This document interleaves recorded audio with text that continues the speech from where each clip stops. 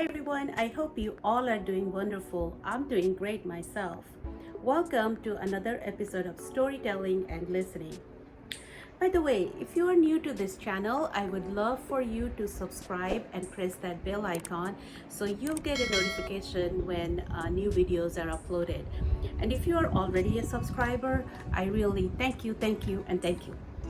Today, I decided to talk about a couple of real life stories, very impactful and very inspirational. And it's about leadership. Now, there are various kinds of leadership, of course, and one category falls into leadership by stance, by standing up for what you believe in. Two different people, two different genders, born on technically opposite side of the planet. They were born about 44 years apart, and they both stood up for what they believed in, stood up against injustice, and stood up against discrimination. I'm going to cite two examples. One is Rosa Parks, the other one is none other than Mahatma Gandhi. Now, both did something in their time that basically changed the world forever. Rosa Parks, he was born on February 4th, 1913 in Tuskegee, Alabama, USA. Now, she was well educated, and at the age of 42, she boarded a bus in Montgomery, Alabama.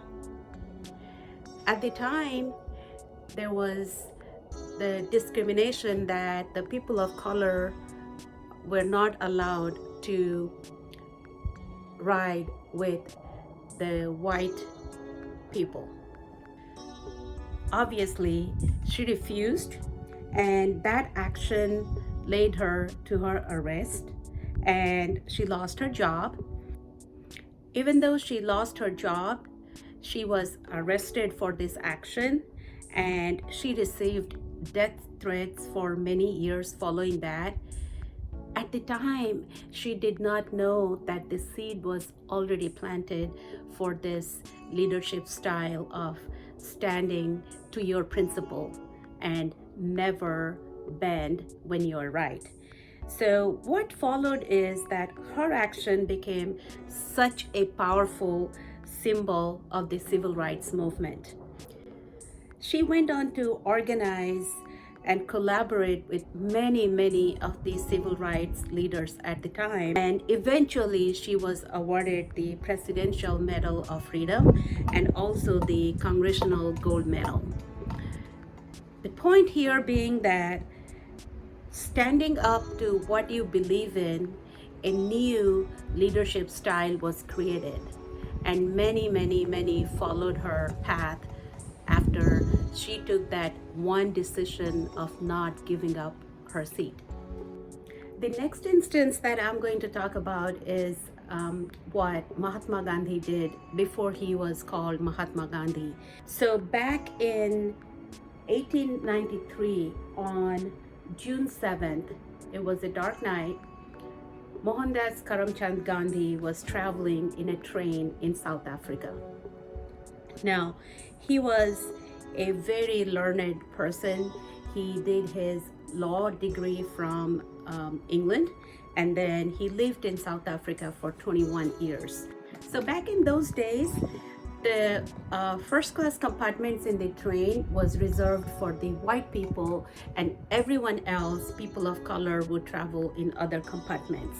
So what did Mohandas do? He bought a first class ticket, and he was lawfully sitting at the first class compartments that he paid for. And however, because it was reserved for white people and he was not eligible, he was thrown off the train in the middle of the night because he refused to give up his seat. So that leadership, where he could have just tried not to create any problem and just move on to a different compartments and then reach his destination. But no, no, no, he did not do that, because that is what he stood up for fairness, stood up for the rights. From that point on, he devoted his life to combating this racial inequality through passive resistance.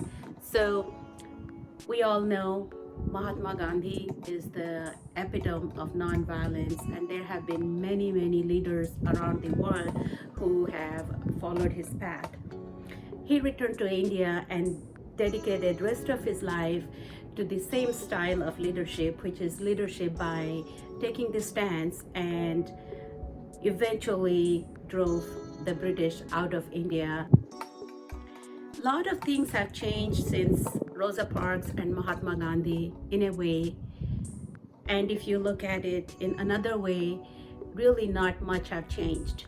So for us who are not Mahatma Gandhi or Rosa Parks or Martin Luther King, we can still fight for our rights by choosing the right path and by always standing up to what is right. I thank you for watching this video till the end. If you like it, give it a thumbs up and share with your friends. And I will be back with another story another day. Until then, bye-bye.